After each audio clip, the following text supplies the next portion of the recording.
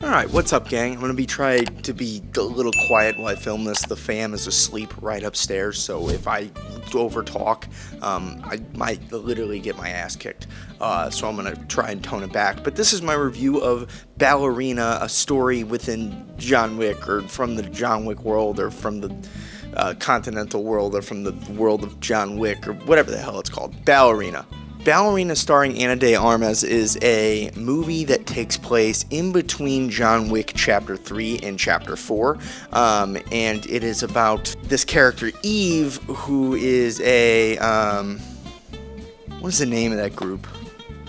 The same group that John Wick is from, the Ruska Roma, or the Russian Roma, or the Roman Ruska, or the Russian Ruska. I can't remember it now. It's blanking in the top of my head, but it's, you know what I'm talking about. She is one of the ballerinas from that group, and she is motivated by chasing down the killer of her father, who is from a clan that abducts children and turns them into soldiers, essentially. The group came after her originally and ended up killing her father. Hey, by the way, I don't know if you know this, there's spoilers in this. It's review. All my reviews have spoilers. Sorry if I just ruined that for you, but yeah, the movie is about her getting the training for 12 years and going to kill her father's murderer. Very John Wicky, so that all checks out. I am a huge fan of the John Wick universe, and I was very, very excited for this movie. When it comes to the John Wick films, there's something about them that's more than the action. Like, there is a heartfelt story in there, and the themes are great, but on top of it, it's shot incredibly well, and the soundtrack is always fantastic, and all just kind of blends together to make one great, awesome movie, and they continue to get better, in my opinion, as each one goes through. Maybe there was a slight drop-off from 2 to 3, but the fourth one is my favorite one in that entire thing. And yes, like, it's a long movie, and it's a lot of killing and murdering, and it could be a lot sometimes, but it felt like this big end-level event to really wrap up John Wick's story, and I love that. And the fact that they were bringing in more spin-offs and more ideas to expand out this universe that is really, really fun.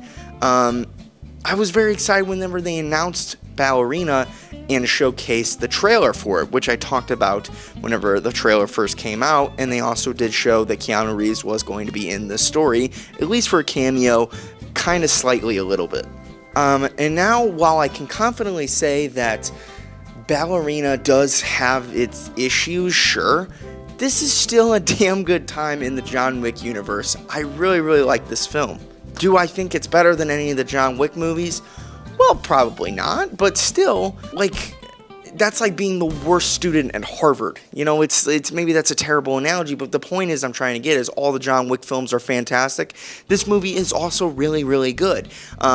But what this movie does not have that the John Wick movies did have is a pre-established build-up to it, if I can explain that in the way that I can. John Wick 1 was kind of a build-up and a soft launch to... A bug just flew in front of my face, and this is the scariest looking thing I've ever seen in my life.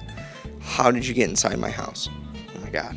Turn on the lights down here, and it's freaking me out, man. John Wick 1 had a lot of time to kind of build out and flesh out the world. It was a lot more grounded than the rest of the movies became. Ballerina doesn't have that luxury. Sure, you know about the world and what's going on. However, you need to establish all this backstory and all this character development, the exposition, and what's her motivations and where she comes from. The John Wick movies, 1, 2, 3, and 4, all had one to kind of go off of that. Each one spirals into the next one. Ballerina takes a pretty long time to get going because it needs to kind of establish all of that before you can get to here. And that was going to be the hard part when it came to creating a spin-off and with a new character. But every movie that tries to do a spin-off and something along the lines, it's the same thing. You have to, it's filmmaking 101, it's storytelling 101. You have to establish your character's motivations and why this story is happening from the first place. You can't build a house without the foundation. John Wick 1 was the foundation for the great movies that came after it, and the foundation was also great. Ballerina doesn't have that luxury. They have to try and build their foundation within this movie to get to here, and that's why the first 30 minutes of this film are probably pretty slow. But it ended up really working out. You had to showcase her training within the I'm going to butcher this again, the Ruska Roma, I believe, and kind of show how she turns into a giant badass. It's because she trained there for 12 years, really motivated by the goal of getting there, and it shows her taking on her first missions and her first challenges and her first killings, and how she gets sloppier and sloppier, but gets better and better and better until she's now motivated to go after her father's killer and that entire clan. From the jump, I really like the idea that she can't just go in there and powerhouse and muscle everybody around. She's smaller, she's weaker, and they tell that to her in her training, that you're always going to be smaller and weaker. You have to find ways to beat these stronger, bigger guys in a different way, and that's why you see Ana de Armas' character, Eve, the ballerina, using a lot of like external environment around her to get a leg up. Like, she's not just Black Widow, she's using weapons all around her to kill people. And sure, John Wick did that as well, but John Wick is also known for the classic judo throw onto the floor and break your arm and then snap your neck before shooting you in the face.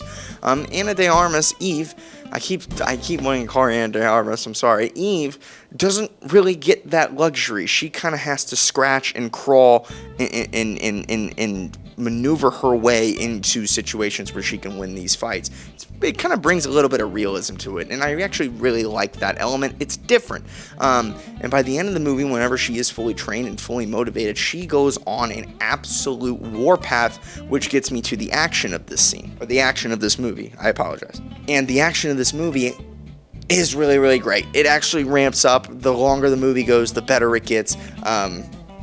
I'm especially talking about the flamethrower fight, and my favorite moments from the scene, or the movie. The grenade fight is, it's unbelievable. It is so good. It's one of my favorite scenes from the trailers, when she pulls the grenade pin and forces him behind the door and he blows up behind the door. But there's another moment in here, I'm going to spoil it, I'm sorry, where she like unsnaps a pin and pulls them in between. Like, there's a table here, the guy's here and she's here, and just everything on his top half just pops, and it is insane. And she also hangs a guy who just gets disintegrated by a nade, because a nade blew up, and she is kind of an animal. Like John killed people, but she is like duct taping grenades in people's mouths and then hanging them and then blowing them up. She's kind of a psychopath, just a little bit. But she kills like 150 people in this movie. She goes on an absolute warpath, and by the end of this movie, whenever they're in this really beautiful town as the final kind of climax conflict, the leader of the Ruska Roma, I can't remember her name, sends John Wick to kill her before a war starts between the factions. Now, this takes place in between 3 and 4. She is, in contact with John Wick while he is healing up. And, you can try and figure out any way you want to why John is actually here, other than we need Keanu Reeves in this movie to try and help ticket sales and to have this make a buck. But I don't care. I don't care of how he got there. You can come up with any brain ideas that you want. This was badass. The moment he gets off the train, it like the lighting almost increases dramatically. Everything kind of like it feels intense when John Wick's in town, and then you get the conflict between Eve and John Wick, and we just spent like 2 hours watching Eve murder people left, right, and center, and really prove herself as a worthy fighter and a worthy assassin. But the fight between her and John Wick was such a humbling experience. He beat the shit out of her in any way that he wanted, and it was awesome, because you really get like it really reinforces of like she is an unbelievable assassin, and then like the level of John Wick is just, it's not even close. And you kind of like, because all the movies of John Wick, you're with John, and like it's just the norm to watch him kill everybody. But then you like watch an actual great assassin that you follow for a long time too run into John Wick, and you like, it's not even close. Like, he dog walks her, and I love how they didn't really. I figured they would have kind of made it even. John was clearly going to be the better assassin, but she was going to get away in some capacity, or buy enough time that she was going to be able to get away, and maybe he would stop chasing her. They didn't do that. John did not want to kill her, and Eve kept trying to go after him, and within 2 seconds, John had a leg up on her. It was awesome. That was such a great way to do it, and they even gave Keanu Reeves a little scene in here where he goes off and kills a bunch of people. And does it make sense for him to be there? Probably not. Is it awesome? Yes. Does it make me sad that Keanu Reeves is kind of getting older and we might not be able to get a lot more John Wick? Yes, a lot. But if it was up to me, I would have him do it till he's 90, because it's awesome. And it was awesome seeing him there. And he didn't really impact the overall goal of Eve in any way, but he was a nice addition, and I can understand why people would be upset about it, because it doesn't make sense in the terms of the plot. But overall, the plot of this movie is probably the weakest thing about it. It's kind of all over the place, but it's fine because it's in the John Wick universe, and it's kind of establishing the lore of Eve. And I would not be surprised if we get more Eve and Ana de Armas in the future, because ultimately what this movie was a whole lot of fun, and I had a lot of fun watching it, and that's probably all I can say about it. It's the plot is a lot. It's trying to fit a lot into one movie. A lot of it doesn't make sense. They're kind of jumping all over the place, but it's got that great action that you love. It's got enough in the plot where it's all right, I'm actually kind of rooting for what's going on here. Ana de Armas does great, and I think it's a really good chapter in trying to build out this world, and she is a good character that you can kind of follow along. Do I think that she can carry her home thing? I don't know. She carried the large majority of this movie, but I think you got to give her. I think if you're going to give her an adventure like that, we have to try and make the plot a little bit better.